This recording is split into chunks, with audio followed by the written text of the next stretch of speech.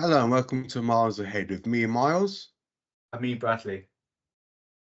And today we're going to be talking about both seasons 1 and 2 of the Apple TV hit series Hijack and the recent Pixar release Hoppers.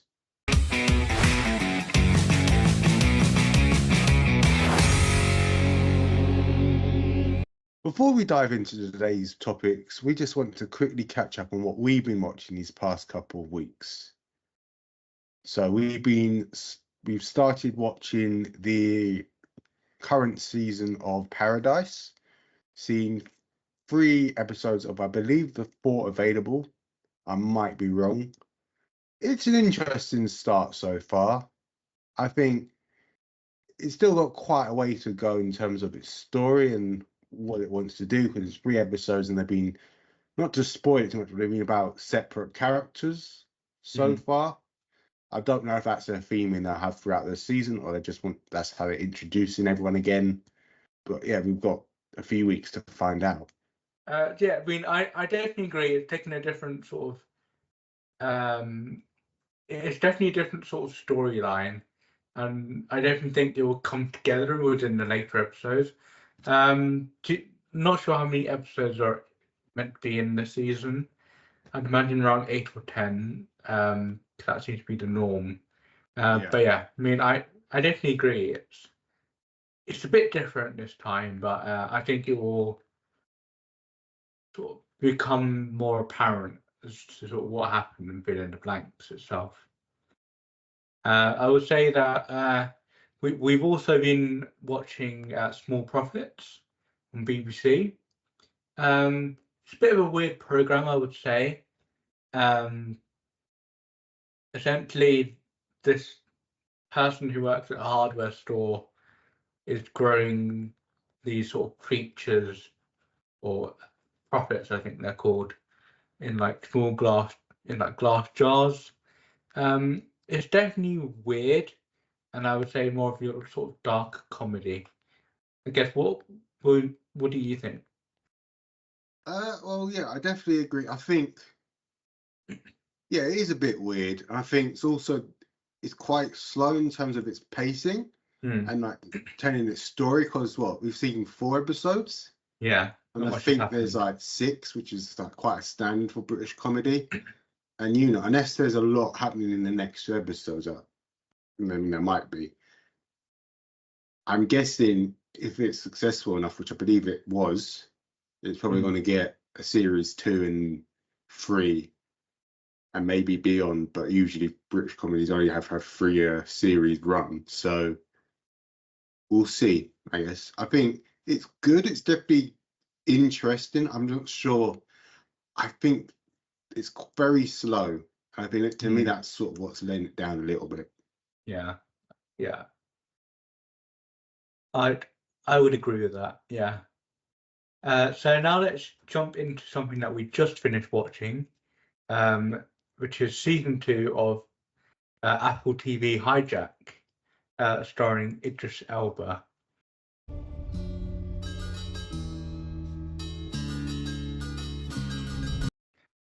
So season 2 takes place in the U-Bahn trains in Germany, which is slightly different to season 1, which is in a plane going I think, if I remember correctly, it was coming back from Dubai.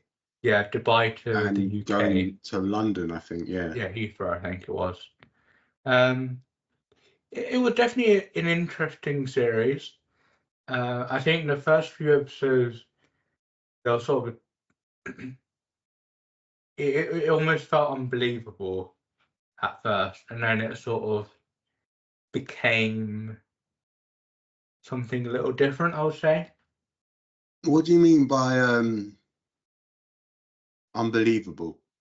Well, so I mean, as with the premise of, I guess, what the show is called, Hijack, Idris Elba's character Sam Nelson sort of hijacks the train, sort of takes over, and sort of breaks into the driver's carriage and is essentially taking over the situation, hijacking the train. And then obviously we find out that he's being made to do it by someone else. So yeah, I mean, I say it's unbelievable because obviously in season 1 he was on the hijacked plane, and it seems a bit unbelievable, but unbelievable that he would just hijack a train like that. Considering what happened in season 1. Yeah. Well, I think we had to sort of recap a bit about what happened in series 1 and how that extended into series 2. So as we mentioned, series 1 is based on a plane that got hijacked. Again, it sort of looked like an unbelievable because Idris Elba's character was helping them for a little bit, but he was pretending to. Yeah.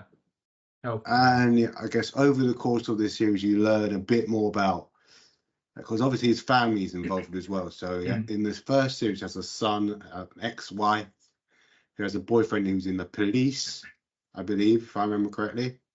He's a lawyer, isn't he? He's the lawyer in the second series, but I think he's a policeman in the first. And yeah, so they have a part to play as well. But essentially, the people hijacking the plane were also being bought out by like these 2 criminals who, like, as an exchange, would be released from prison, which did happen. Then one of them got backstabbed the other one, and the other one released, and that was sort of they managed to rescue the plane, and everyone was. I think there's only one hijacker that remained, whereas the others either got arrested or they got killed. I mean, that's probably pretty much, without spoiling it too much, that's how series 1 went.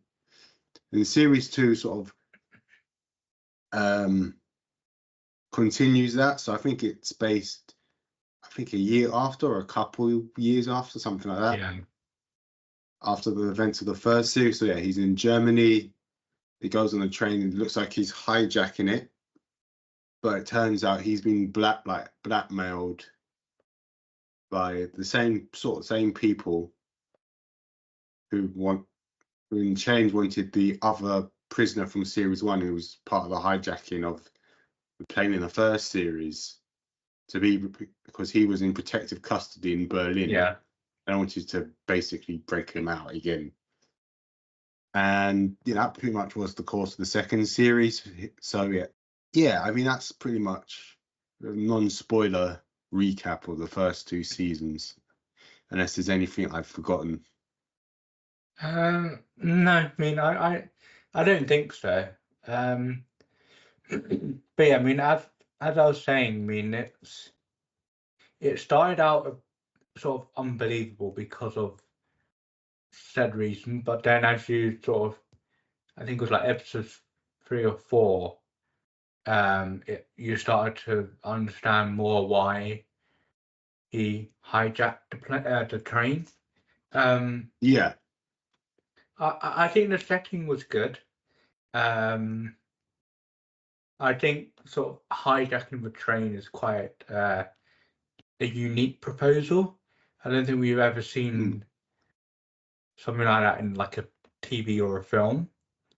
Well, I was going to say, film-wise, it's been is it Speed?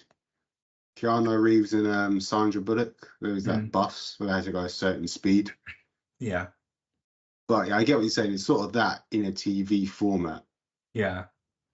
There's also quite like, because it harkens back to, you probably haven't seen it, but the show 24, where like the premise of that is like, event of every series takes place over one day. So one series is basically a day, and every episode is an hour of that day. So there's 24 episodes, and each one's an hour. I mean, technically it's 40 minutes plus the ad breaks, but then it's meant to be an hour. And basically, it's like a non-stop terror incident or something like that. That's throughout the whole thing. And Kiefer Sutherland's character, Jack Bauer, who's trying to stop it, a bit like Sam Nelson, played by Idris Elba, is doing in this one.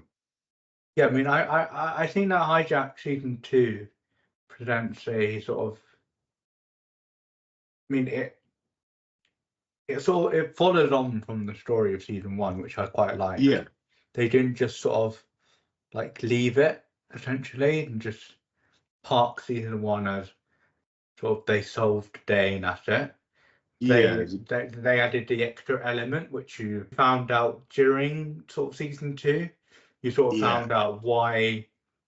I mean, why everything was happening. Yeah. Yeah, you found out why the events of season 1 happened, in a way, and then you sort of find out why the events of season 2 is taking place. And I think that I quite like that they did that. And they didn't just leave it. I would say if you want to watch it, I mean, you could probably watch both of them in isolation, but I would say definitely start with season 1 for the context. I think you want to start with season 1 because a lot of what happens in series 2 is an extension of what happened in series 1. Because it's sort of a lot of the characters from series 1 appear in season 2, including one of the hijackers. Yeah. So it's basically like the next chapter of that story. So I say if you want to watch it on Apple TV, watch series 1, and then maybe if you want to watch it afterward, like straight afterwards, it's, we don't tell you how to watch things, or wait maybe a week after or something, just to give it a little time and jump into series 2. But that's what I'll say. But overall, yeah, I think I quite like it sort of, as I mentioned, the 24 sort of style where there's always something in the episode, but there's always a twist or a turn, which is quite a lot in this series. And yeah, I think, but the main question is, do you think they'll do a series 3 or season 3, I should probably say? And if you do, what vehicle do you think will get hijacked? I don't know, because in season 2 they sort of wrapped up the story in a way. I mean, I think as with everything, there's always some sort of loophole somewhere, some loose end that hadn't been tied up. But I think the main sort of the main part of season 1 and 2 is being wrapped up. So I'm not sure. I'm guessing it will, because because it's a moneymaker for Apple TV. Not that I don't think that they're not that interested in making money, because obviously it's Apple. But I think it will. It also depends on, say, like if Idris Elba wants to do another season and wants to commit to it. I guess in terms of vehicle, I don't know. I think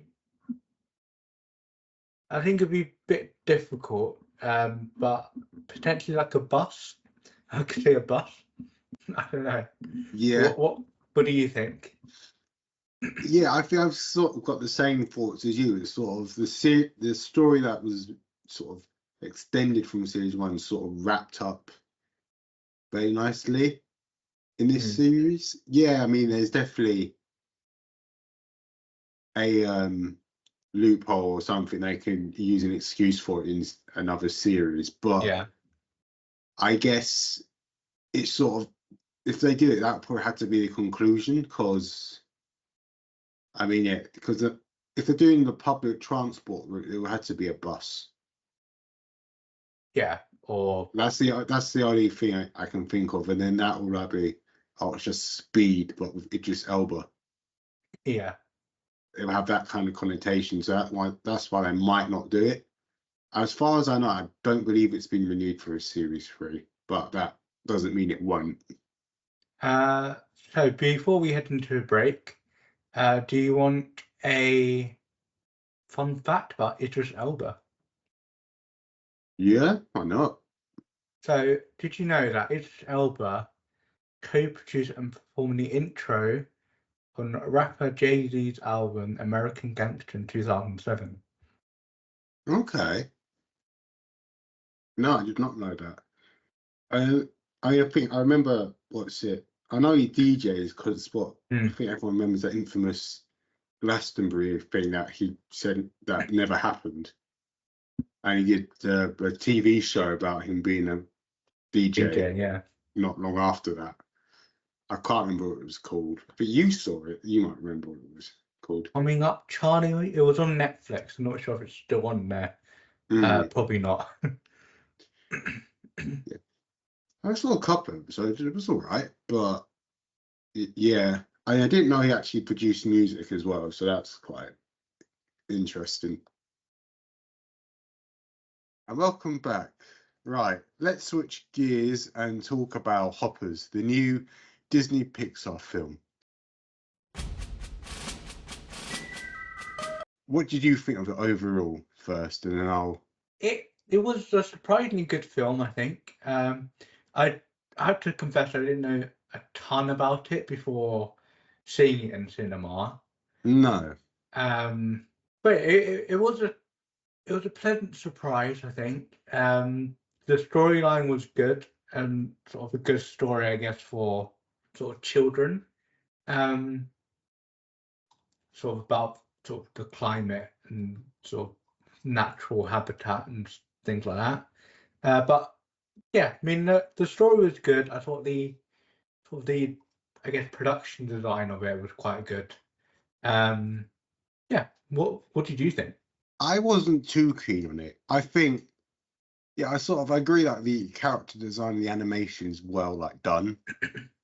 I think now you sort of said about the climate edge of the story and about habitats and all that kind of stuff.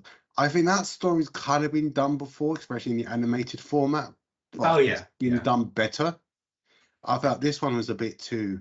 It's like their main character was sort of a Just Stop Oil activist. I think if you're in Britain, you'll know what I'm talking about. And I think you probably might know what I'm talking about, even if you're outside of the UK as well. But yeah, I think that's just my issue. I think the main character wasn't very likable. Just, I mean, once swapped to a beaver, she was okay, but still, it's very... I mean, it does. I mean, it's not, the subtlety isn't an issue because yeah, I kind of get it. But I don't know. I just felt the main character wasn't a very nice person. To me, she wasn't very likable. Yeah. I mean, maybe I'm being a bit too negative, but that's what I just felt. I felt, yeah, the animation was good. I think the story has some good messages in there. I just think it could have been executed a lot better than it was. Yeah, I mean, I think the story was good and the messaging was good. I think for a children's sort of animation, but yeah, I definitely think it was a bit on the nose, and I definitely think that it would lose interest or sort of its target audience quite quickly, because it's just so on the nose and it's not very well sort of weaved in. I mean, don't get me wrong, it has funny stuff like the fact that they can't talk to humans. Obviously they talk to each other in a sort of weird way, but they can't directly talk to a human unless unless it's through like an earpiece or something. Yeah.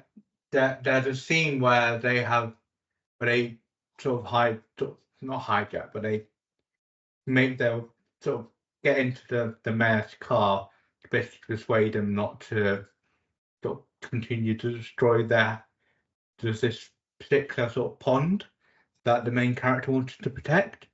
And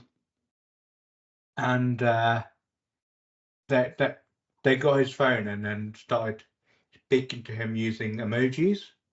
I think that was probably the highlight of the film, to be honest. Yeah.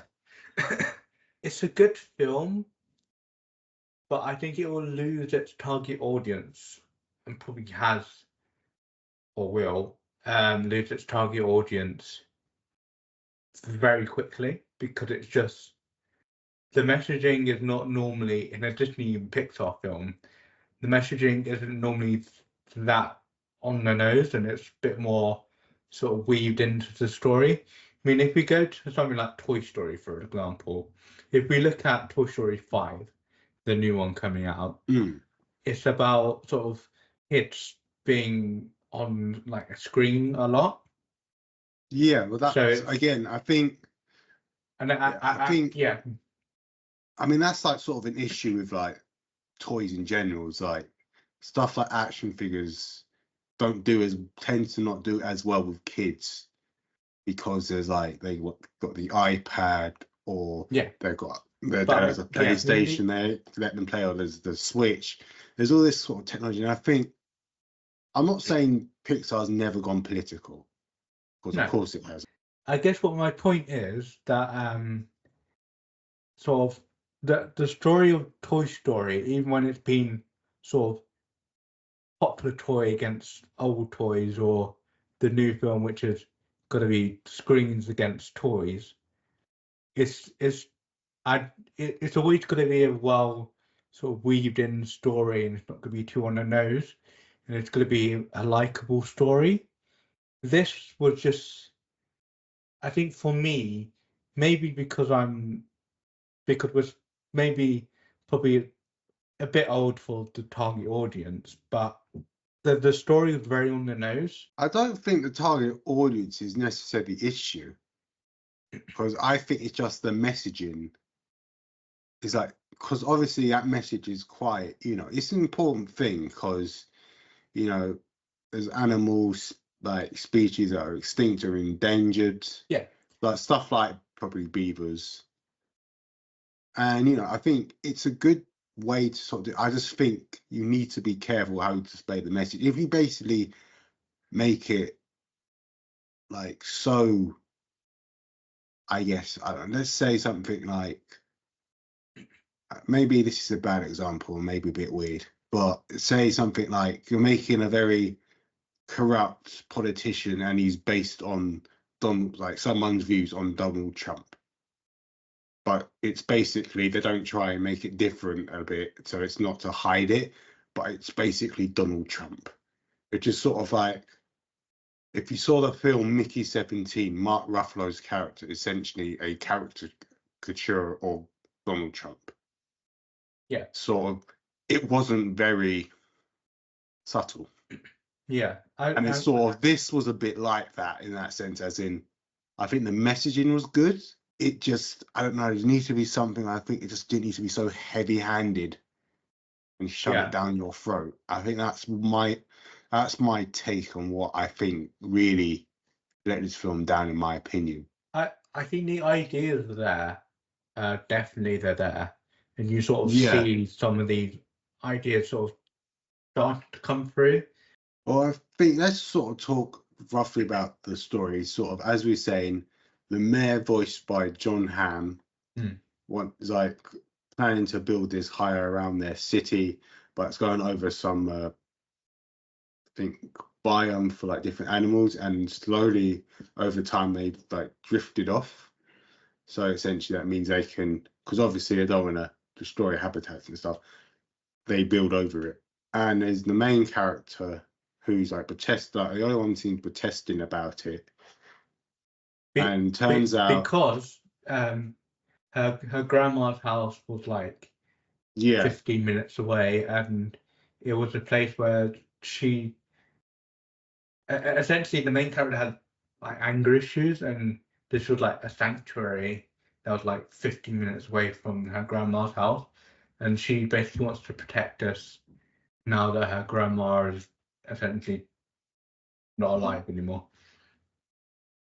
Well, yeah, there's and that her as parents have well. moved away. Yeah, well, that essentially, like, the whole film is her trying to stop that from happening, and it eventually does happen. You learn that the mayor's doing some very sketchy things to get the animals, and Fake trees. Yeah, fake trees. That's all we're gonna say. And yeah, eventually the highway does get unbuilt and Rerouted. Rerouted, and that's it. It's the story. I mean, the story's fine. I don't Yeah, think I mean, I don't think it's anything groundbreaking in terms of Pixar films, but no, I just it's think, simple enough. yeah, it's a simple story that I think this messaging is fine. It just was very, to me, it's just very hand-fisted. It was Mm. just the message of it was just, I don't know, there was just something of it that just felt very in your throat or shoved down your throat, and I don't know. I felt for a kids movie, that's kind of Yeah, I mean, why. I mean, don't get. I'm not saying they should dumb it down too much for kids, but it's just very. I think it's a bit too much for maybe I'm completely out of touch with this, but maybe it's too much for like a child to comprehend. Maybe I'm wrong. I don't know. I think the idea that had the robotic beaver and that she just turned into a beaver was probably what drew a lot of people there. But if it wasn't for that, it would be quite a boring film. yeah, I mean, I think the whole process, which they called hoppers, hence why Mm. the film's called Hoppers. Um, it's yeah, I I I definitely agree. It's probably one of the more. It's probably the part of the actual film that drew maybe adults more than the kids. I don't think the kids would. I don't think children necessarily care too much about it. But yeah, as I said, I think the ideas are there. It's not executed very well, in my personal opinion. It's it is a good film. Don't get me wrong. It is a good film. It's just I don't know. I mean, it's got like a near perfect score on Rotten Tomatoes or something. Yeah. I definitely do not agree with that. Well, I think a lot of people misunderstand how Rotten Tomatoes really works Yeah, because it sort of averages the score between like I guess positive reviews and negative. So it's like score can go down over time or can go up over time. So it just depends on the reviews. And I think that's what a lot of people sort of take that as their review is like sort of a reflection of it. No, it's not. And I think that's sort of my issue with Rotten Tomatoes in general, is like people take it as gospel. Hmm. So if it's got a bad review on Rotten Tomatoes, it's probably a bad film. No, it just means there's more bad reviews than are good. So it's trying to average out Yeah, a score.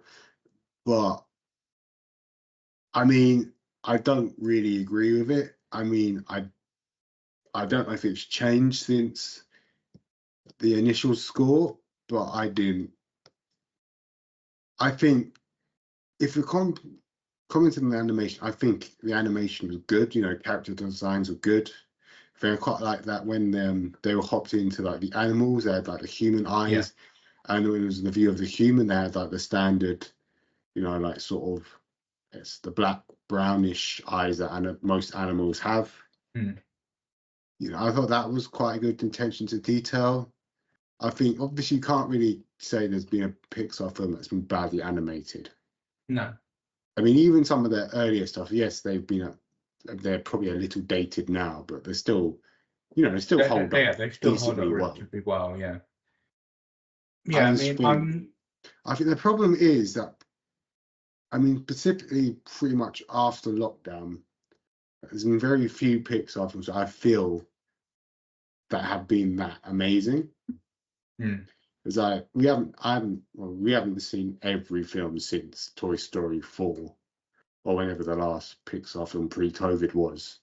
But you know, we've seen Turning Red. That was Yeah, okay. Onward was quite good. Soul, we've done a review on ages ago. yeah. That was okay. Uh, what else? Lightyear, I didn't like. I don't think I watched that one. I mean, okay, But yeah, I it's not mean, that bad. I But what I'm saying is sort of it's been a mixed bag, and now they're sort of going back to the sequels again to sort of obviously try and justify that I haven't done as well. Toy Story 5 that's coming. Is it Incredibles 3 as well? Yeah, Monsters Inc.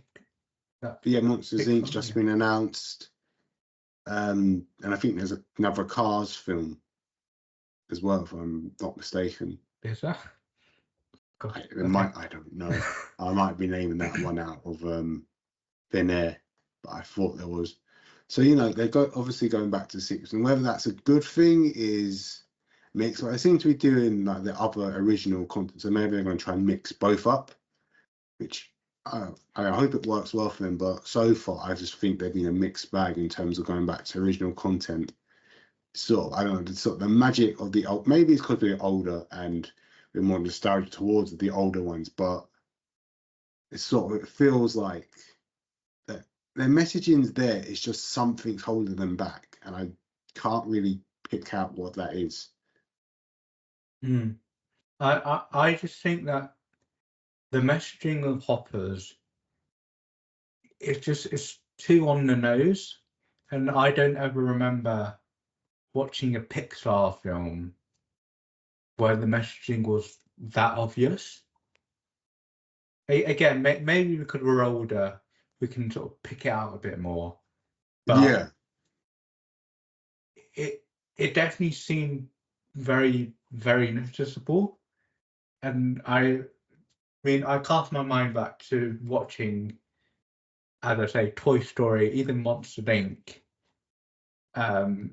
and Cars. You know, I don't ever remember the messaging of the film being that on the nose, and I think that's probably one of the biggest letdowns of the film.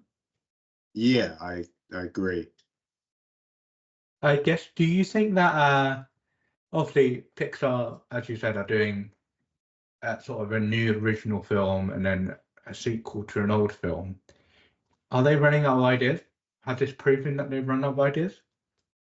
Maybe, but also I think, I mean, also I don't know how much of this is true, but a lot of the people who did like those, like the older films, like when we were younger, have probably left the company since. So it's like, I guess it's new talent, which can sometimes affect how companies are doing. So that might be part of it. I feel something's obviously missing, and I can't really say what it is. Yeah. I mean, I think on the whole, if I had to summarize, it is a good film. The animation is good. The Most of the characters are pretty good.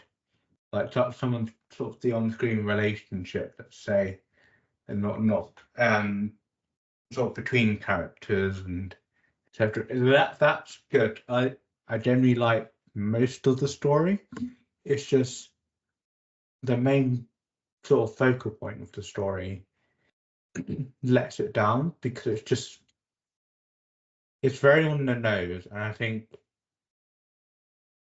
yeah, I just don't know. I just don't know. Yeah. I mean, maybe that will be a video we do talking about Pixar and I guess comparing its old films to its newer films to see maybe if we are being blinded with nostalgia and always that quality or something is missing. But that's for another day and another conversation. I guess before we dive into another break, do you want a Pixar related fact about Hoppers? Yeah, So I guess we might as well. Hoppers is the 30th feature film from Pixar. Okay. 30th. It's not as many as I thought. I thought they'd done a lot more. Yeah. Well, Is that including the shorts though? Or is that just like feature films? feature films. Okay, because I know they've done a lot of shorts. Yeah. So that might think, you know, that might bump the number up, but still, not as many as I thought. Welcome back. Because before we wrap up for this episode, we wanted to quickly talk about the current or the recent release of the Lanterns trailer. Now, if people remember, we did talk about possibly when Lanterns would be released, and I believe we said August. I think we'll probably talk about it a bit more when we revisit those predictions later in the year. But I believe we said August, which has come to pass as being August. But I guess quickly, what did you think? Because there's been a lot of sort of controversy, a lot of reactionary things to it. I guess, as someone who probably doesn't know much about, I guess, Green Lantern and the history, what did you think of the trailer? Seems a lot darker to what other sort of Green Lantern sort of films that there have been, or TV shows as well. It doesn't look bad, to be honest. I think it could work.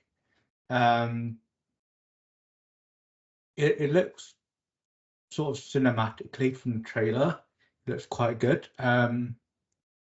Yeah, I guess we have to wait and see. But yeah, it definitely looks a lot darker, I would say. Yeah, I agree. I think it's good. I think it looks quite. I think because obviously it's sort of harkening back to sort of. I believe if I remember in the announcement thing, it says like sort of harkening to sort of True Detective, that kind of show. I believe it's got one of the writers did Ozark from Netflix. So I think it's got good talent to it. I think, yeah, I mean, obviously we've got a while off till it comes out, and we've got a film before that. But I think, yeah, I think it looks interesting. I think I'm definitely interested to see how they sort of change the Lanterns aspect of it. Because obviously there's a Lantern Superman, Guy Gardner, and this is the other two, John Stewart and Hal Jordan. So it'd be interesting to see, I guess, how they would do like the different lanterns, because obviously in the comics I believe there's something like 7, probably a bit more now. So yeah, I think obviously there's a lot of controversy, mainly because there's that shot of the suit and there's not much green, and obviously being a Green Lantern, its major color is, I mean, what do you think the major color is? Well, yeah, but I mean, I suppose that it would turn green like when he's wearing the ring and the suit, and yeah, that's what some people are saying. But I mean, I think people being very overreacting to it, sort of saying, because there's like sort of Green Lantern's very much sort of space cops, so it's very galactic stories, and this one's a very earthbound, or it looks earthbound. Yeah, I mean, I suppose, people always criticize anything, so yeah. I mean, I wouldn't take that too much with gospel, but yeah, I mean, it definitely looks interesting. I'm sure more information will come out over the coming months, which we'll talk about. But yeah, it definitely looks like a darker sort of Green Lantern sort of project that I've seen. Yeah, it looked pretty good. Yeah, I mean, I guess it's out August, so we've got a while to, I guess, see what else they've got in store for us. But that's all we've got time for today. Thank you for listening to Miles Ahead. Don't forget to follow us on Instagram at milesahead.pod to stay updated on all of our latest episodes and content. Yeah, so catch you next time.